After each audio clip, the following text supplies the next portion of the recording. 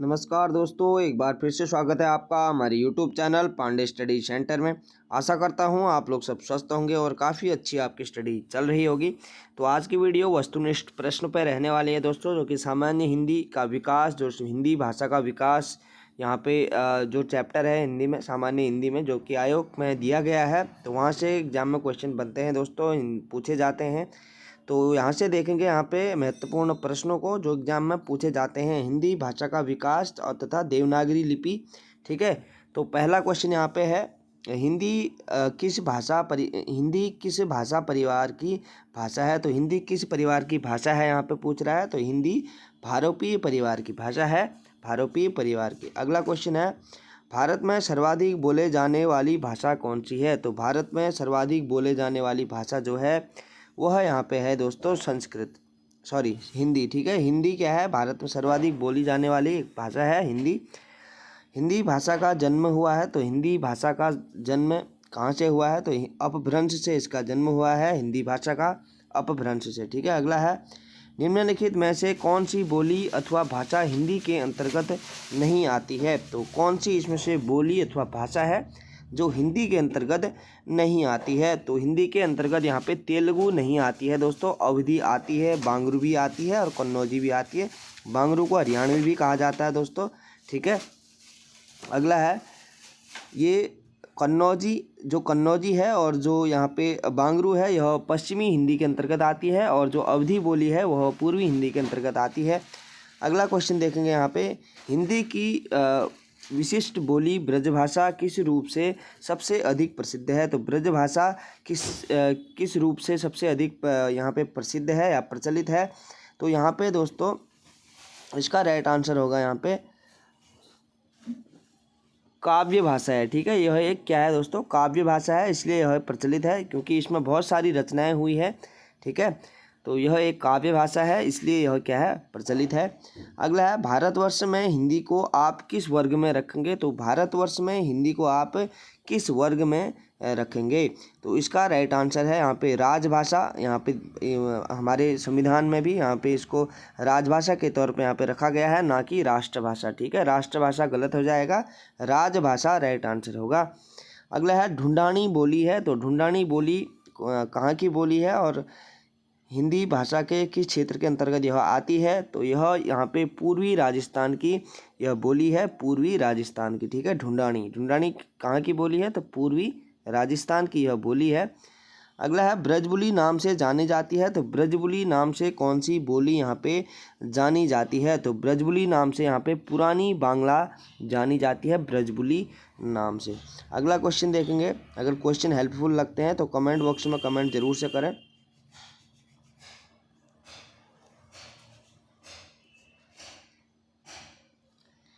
अगला क्वेश्चन है यहाँ पे, निम्नलिखित में से कौन सी भाषा देवनागरी लिपि में लिखी जाती है। तो इनमें से कौन सी ऐसी भाषा है जो देवनागरी लिपि में लिखी जाती है। हिंदी तो लिखी जाती है दोस्तों, इसके अलावा यहाँ पे कौन सी बोली है देखना है। तो इसका राइट आंसर होगा मराठी। एक ऐसी बोली है जो कि यहाँ पे देवनागरी लिपि में लिखी जाती है, यानी कि बाएँ से दाएँ ओर यहाँ पे लिखी जाती है। अगला है, एक मनई के दुई बेटवे रहीन, ओह माँ लहुरा अपने बाप से कहिस, दादा धन माँ जवन हमर बखरा लागत होई तवन हमका दे दे। तो इसका यहाँ पे अवतरण हिंदी की किस बोली में है। तो किसका अवतरण यहाँ पे हिंदी की किस बोली में है, तो किस बोली में यह यहाँ पे लिखा गया है दोस्तों। तो इसका राइट आंसर होगा हमारा यहाँ पे अवधी बोली की यह पंक्ति है, अवधी बोली की। ठीक है, रहीन कहीन जो भी इसमें ऐसे वर्ड आते हैं तो ये अवधी बोली में ही आते हैं। अगला है, निम्नलिखित में से कौन सी भाषा संस्कृत भाषा की अपभ्रंश है। तो कौन सी भाषा संस्कृत भाषा की अपभ्रंश है। इसका राइट आंसर होगा यहाँ पे पाली भाषा। क्या है दोस्तों, संस्कृत की अपभ्रंश है पाली। ठीक है, पाली प्राकृत पाली जो है वो है यहाँ पे संस्कृत की अपभ्रंश। अगला है, अधिकतर भारतीय भाषाओं का विकास किस लिपि से हुआ है। जो अधिकतर भारतीय भाषाएं हैं उसका विकास यहाँ पे किस लिपि से हुआ है। तो अधिकतर भारतीय भाषाओं का विकास यहाँ पे हुआ है दोस्तों हमारी ब्राह्मी लिपि से। ठीक है, ब्राह्मी लिपि से अत्यधिक भाषाएं जो है निकली हुई हैं, भारतीय भाषाएं ब्राह्मी लिपि से निकली हुई हैं। अगला है हिंदी भाषा किस लिपि में लिखी जाती है? तो हिंदी भाषा देवनागरी लिपि में लिखी जाती है, देवनागरी लिपि में। अगला है वर्तमान हिंदी का प्रचलित रूप है। तो वर्तमान में जो हिंदी बोली जाती है उसका प्रचलित रूप यहाँ पे देखना है। तो इसका प्रचलित रूप यहाँ पे खड़ी बोली है। खड़ी बोली क्या है? हिंदी की एक प्रमुख उपभाषा है, ठीक है। हिंदी का प्रचलित रूप अगर पूछा जाता है तो खड़ी बोली यहाँ पे सबसे ज़्यादा बोली जाने वाली भाषा है हिंदी के अंतर्गत, ठीक है। अगला है हिंदी भाषा की बोलियों के वर्गीकरण के आधार पर छत्तीसगढ़ी बोली है। तो छत्तीसगढ़ी बोली यहाँ पे कैसी बोली है? तो यह एक छत्तीसगढ़ी बोली दोस्तों यह पूर्वी हिंदी के अंतर्गत आएगी। छत्तीसगढ़ी बोली पूर्वी हिंदी के अंतर्गत, ठीक है। तो छत्तीसगढ़ यहाँ पे अगर देखा जाए तो पूर्व की साइड ही पड़ता है। अगर भारत के मैप के आप बीच में से 2 हिस्से करते हैं, ठीक है, तो यहाँ पे आप देख पाएंगे कि छत्तीसगढ़ी बोली है वो पूर्वी तरफ बोली जाती है। छत्तीसगढ़ी तो पूर्वी हिंदी के अंतर्गत आती है। अगला है निम्नलिखित में से कौन सी पश्चिमी हिंदी की बोली नहीं है? तो पश्चिमी हिंदी की बोली इसमें से कौन सी नहीं है, यह हमें बताना है। तो बुंदेली पश्चिमी है, ब्रजभाषा भी पश्चिमी है दोस्तों। ब्रजभाषा और अवधी में यहाँ पे कन्फ्यूजन होता है हमेशा। अवधी क्या है? पूर्वी बोली के अंतर्गत आती है। हिंदी की पूर्वी बोली अवधी और पश्चिमी ब्रजभाषा, ठीक है। कन्नौजी भी यहाँ पे क्या है दोस्तों? पश्चिमी बोली है और ये कन्नौज के क्षेत्र में बोली जाती है जो कि मध्य प्रदेश में पड़ता है। और बघेली दोस्तों यह क्या है? बघेली यह बिहार में बोली जाती है बघेली। तो यह क्या हो जाएगी? पूर्वी हिंदी के अंतर्गत आती है। तो हिंदी की बोली पश्चिमी हिंदी की बोली नहीं है, तो यह बघेली इसका राइट आंसर होगा। अगला है भारतीय संविधान में किन अनुच्छेदों में राजभाषा संबंधी प्रावधानों का उल्लेख किया है? तो भारतीय संविधान में किन अनुच्छेदों में राजभाषा संबंधी प्रावधानों का उल्लेख किया गया है? तो इसका राइट आंसर होगा अनुच्छेद 343 से लेकर के अनुच्छेद 351 तक यहाँ पे राजभाषा संबंधी प्रावधान दिए गए हैं।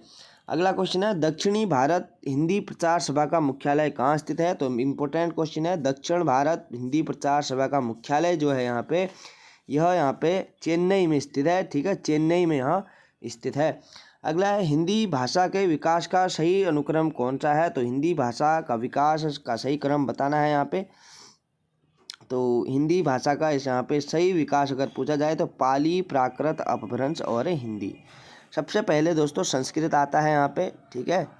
संस्कृत, पाली, प्राकृत, अपभ्रंश, अवहट भी आता है। अपभ्रंश के बाद अवहट, अगर ऑप्शन में वहाँ पे अवहट भी आता है अपभ्रंश के बाद, तो वहाँ पे आप उस आंसर को टिक करेंगे अवहट हिंदी, ठीक है। तो इसका सही क्रम यहाँ पे इस प्रकार से है। अगला है संविधान के अनुच्छेद 351 में किस विषय का वर्णन किया है? तो संविधान के 351 में दोस्तों हिंदी के विकास के लिए निर्देश दिए गए हैं। हिंदी के विकास के लिए दोस्तों वहाँ पे निर्देश दिए गए हैं।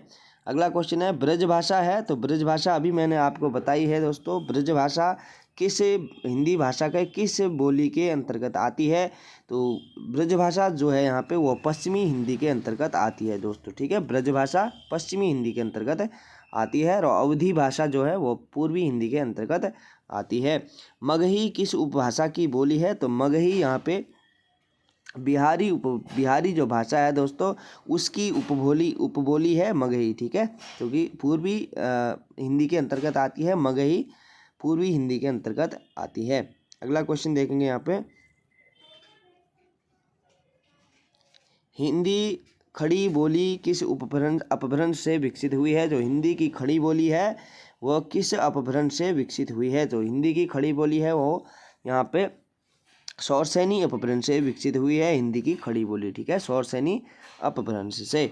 अगला है भाषा के आधार पर भारतीय राज्यों की पुनः संरचना की गई थी। तो भाषा के आधार पर भारतीय राज्यों की पुनः संरचना की गई थी। कब, कौन से सन में यहाँ पे की गई थी यह बताना है। तो 1956 में यह की गई थी, 1956 में, ठीक है। अगर आपने डिटेल क्लासेस नहीं देखी हैं दोस्तों तो मैं प्लेलिस्ट का यहाँ पे डिस्क्रिप्शन में लिंक दे दूंगा। हिंदी की मैंने वहाँ पे कम से कम 50+ क्लास मैंने वहाँ पे दी है, डिटेल क्लास। अगर आपने वो नहीं देखी है तो निश्चित तौर पर उसको ज़रूर से देखें, उसको आपसे ज़रूर से फ़ायदा होगा और यहाँ पे MCQ लगाने में भी आपको हेल्प मिलेगी उससे, ठीक है। अगला क्वेश्चन है भाषाई आधार पर सर्वप्रथम किस राज्य का गठन हुआ? तो भाषा के आधार पर होने वाला जो गठन था राज्य कौन सा वह राज्य है जिसका गठन यहाँ पे भाषाई आधार पर किया गया था? तो इसका राइट आंसर है यहाँ पे हमारा option number D, Andhra Pradesh. तो आंध्र प्रदेश एक ऐसा राज्य है जिसका गठन भाषा के आधार पर सर्वप्रथम यानी कि सबसे पहले किया गया था। अगला है, बघेली बोली का संबंध किस उपभाषा से है? तो बघेली बोली है दोस्तों पूर्वी हिंदी के अंतर्गत यह आती है बघेली बोली। तो यह इसका संबंध किस उपभाषा से है? तो यह इसका संबंध जैसे कि पहले ही मैंने बता दिया पूर्वी हिंदी के अंतर्गत यह आती है, पूर्वी हिंदी के अंतर्गत। और कौन किस भाषा की उपभाषा है? तो बिहारी की यह उपभाषा है। अगला है, यहाँ पे किस तिथि को हिंदी को राजभाषा बनाने का निर्णय लिया गया था? तो हिंदी को राजभाषा बनाने का निर्णय यहाँ पे किस तिथि को लिया गया था? तो इम्पोर्टेंट क्वेश्चन है यहाँ पे। इसका राइट आंसर है 14 सितंबर 1949 और 14 सितंबर को ही हम यहाँ पे हिंदी दिवस भी मनाते हैं। अगला है, वर्ष 1955 ईस्वी में गठित प्रथम राजभाषा आयोग के अध्यक्ष थे? तो वर्ष 1955 में गठित प्रथम राजभाषा आयोग, ठीक है। तो प्रथम राजभाषा आयोग का गठन कब किया गया? 1955 में। और इसके अध्यक्ष कौन थे? तो इसके अध्यक्ष थे जीवी खैर, इसके क्या थे? बीजी खैर इसके अध्यक्ष थे, बीजी खैर, ठीक है। अगला है, भारतीय संविधान की 8वीं अनुसूची में शामिल भाषाओं की संख्या है? तो भारतीय संविधान की जो 8वीं अनुसूची है उसमें भाषाएं दी गई हैं दोस्तों, उसमें शामिल जो भाषाएं हैं उनमें उसकी संख्या यहाँ पे बतानी है। तो इसकी संख्या यहाँ पे है 22 भाषाओं का उल्लेख वहाँ पे किया गया है भारत के संविधान की 8वीं अनुसूची में। अगला है, हिंदी की आदि जननी है? तो हिंदी की आदि जननी कौन सी मानी जाती है? हिंदी की आदि जननी अगर पूछा जाता है तो ऑलवेज संस्कृत, ठीक है। हमेशा क्या आंसर होगा? संस्कृत। संस्कृत को ही हिंदी की आदि जननी कहा जाता है।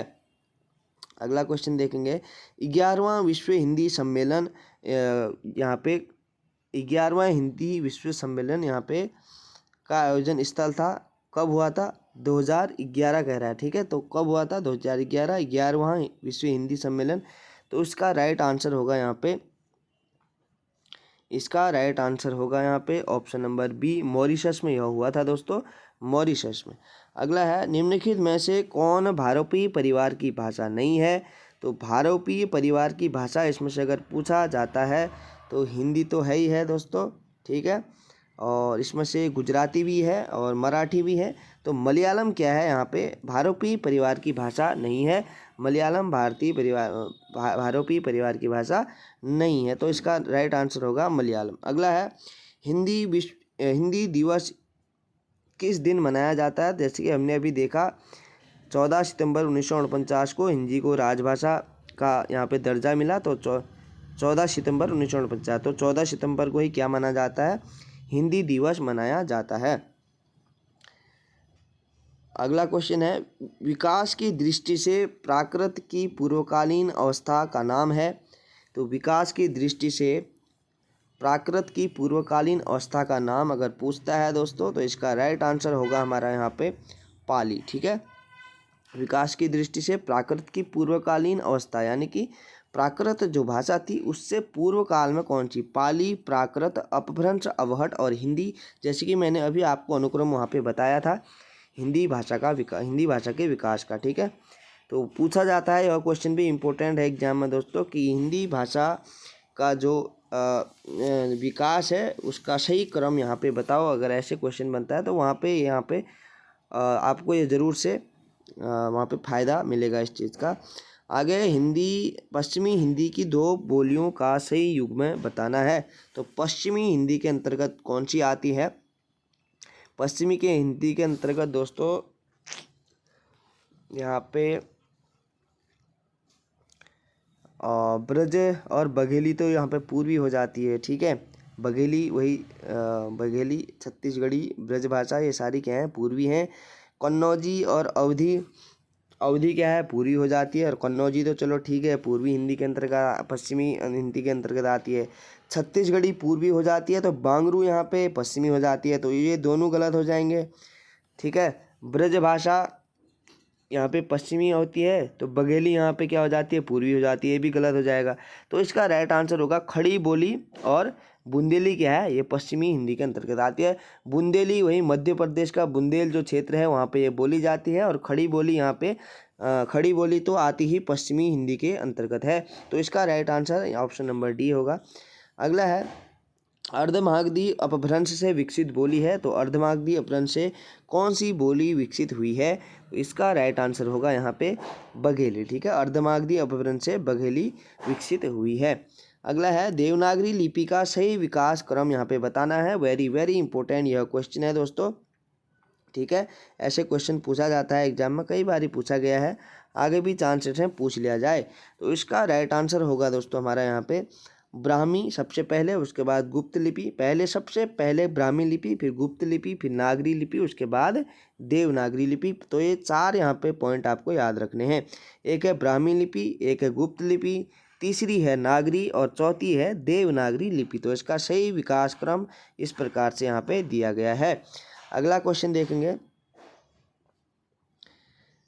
बहराइच सुल्तानपुर रायबरेली किस बोली क्षेत्र के अंतर्गत आता है, तो बहराइच सुल्तानपुर और रायबरेली किस बोली के क्षेत्र में आता है, तो इसका राइट आंसर होगा हमारा अवधी के अंतर्गत आता है दोस्तों। अवधी बोली वहाँ पे बोली जाती है। अगला है निम्न इनमें से किस बोली का बिहारी हिंदी से संबंध नहीं है, तो मैथिली का तो है दोस्तों, मगही का भी है, भोजपुरी का भी है और अवधी का यहाँ पे नहीं है। तो इसका राइट आंसर होगा ऑप्शन नंबर ए। अगला है 14 सितंबर 1949 को भारतीय संविधान सभा ने हिंदी को भारत संघ की कौन सी भाषा का दर्जा दिया, तो यहाँ पे राजभाषा का दर्जा दिया दोस्तों। एक कन्फ्यूजन क्रिएट करता है क्वेश्चन हमेशा ही, कई बारी राष्ट्रभाषा हम क्लिक कर देते हैं, लेकिन राजभाषा इसका राइट आंसर होगा। ठीक है, क्या होगा, राजभाषा राइट आंसर होगा। अगला है विभाषा किसे कहते हैं। ठीक है, विभाषा किसे कहते हैं, तो विभाषा यहाँ पे हिंदी क्षेत्र की प्रमुख बोलियों को यहाँ पे क्या कहते हैं, विभाषा कहा जाता है, यानी कि उपभाषा। या विभाषा कहो या उपभाषा कहो, बात एक ही है, हिंदी क्षेत्र की उपभाषा। अगला है यहाँ पे क्वेश्चन देखेंगे, विश्व हिंदी दिवस किस दिन को मनाया जाता है, तो विश्व हिंदी दिवस जो है वह किस दिन को मनाया जाता है, तो विश्व हिंदी दिवस मनाया जाता है यहाँ पे 10 जनवरी को विश्व हिंदी दिवस। अगर राष्ट्रीय के पूछता है तो हम मनाते हैं दोस्तों 14 सितंबर को, 14 सितंबर को। ठीक है, 14 सितंबर को। अगला क्वेश्चन है यहाँ पे, ईशा अल्लाह खां द्वारा रचित जो रानी केतकी की कहानी का दूसरा नाम क्या है, तो ईशा अल्लाह खां की द्वारा रचित जो रानी केतकी की कहानी का जो दूसरा नाम है दोस्तों वो है उदयभान रचित। ठीक है, इंपॉर्टेंट क्वेश्चन है, उदयभान रचित। अगला है 1950 ईस्वी में संविधान लागू होने के समय देश की संवैधानिक भाषाओं की संख्या कितनी थी, तो देश की जो संवैधानिक भाषाओं की जो संख्या थी उस टाइम पे वह थी यहाँ पे 14 भाषाएं। ठीक है, धीरे धीरे करके अभी क्या है 22 भाषाएं यहाँ पे हो चुकी हैं विभिन्न जो है संविधान संशोधन के आधार पे। अगला है क्वेश्चन, हिंदी पर सामाजिक संस्कृति के वहन का दायित्व संविधान के किस अनुच्छेद में निर्धारित किया गया है, तो हिंदी पर सामाजिक संस्कृति के वहन का दायित्व संविधान के किस अनुच्छेद में निर्धारित किया गया है, तो इसका राइट आंसर है यहाँ पे अनुच्छेद 351 के अंतर्गत। अगला है आज का लास्ट क्वेश्चन, वर्ष 2022 ईस्वी में हिंदी को 5 अन्य भाषाओं के साथ यूएनओ की किस भाषा के रूप में मान्यता दी गई है, तो वेरी वेरी इंपॉर्टेंट ये क्वेश्चन है दोस्तों। इसका राइट आंसर होगा हमारा अनआधिकारिक भाषा। ठीक है, अनआधिकारिक भाषा के रूप में मान्यता दी गई है। तो आज के क्वेश्चन दोस्तों कैसे लगे और वीडियो कैसी लगी, हिंदी की यहाँ पे एमसीक्यू सीरीज आगे जारी रखनी है नहीं रखनी है, आप कमेंट करके ज़रूर से बताएं और अपने स्टडी करने वाले दोस्तों के साथ भी वीडियो को ज़रूर से शेयर कर दें दोस्तों। आशा करता हूँ आपको वीडियो अच्छी लगी होगी। अगर आपको इसका PDF चाहिए होगा तो मैं टेलीग्राम चैनल में वहाँ पे अपलोड कर दूंगा। अगर टेलीग्राम में आप पांडे स्टडी सेंटर वहाँ पे सर्च करेंगे तो मेरा चैनल वहाँ पे ओपन होकर आ जाएगा, तो मैं वहाँ पे PDF वहाँ पे दे दूँगा आपको। और मिलते हैं दोस्तों अगली वीडियो में, तब तक के लिए अपना ध्यान रखें, धन्यवाद।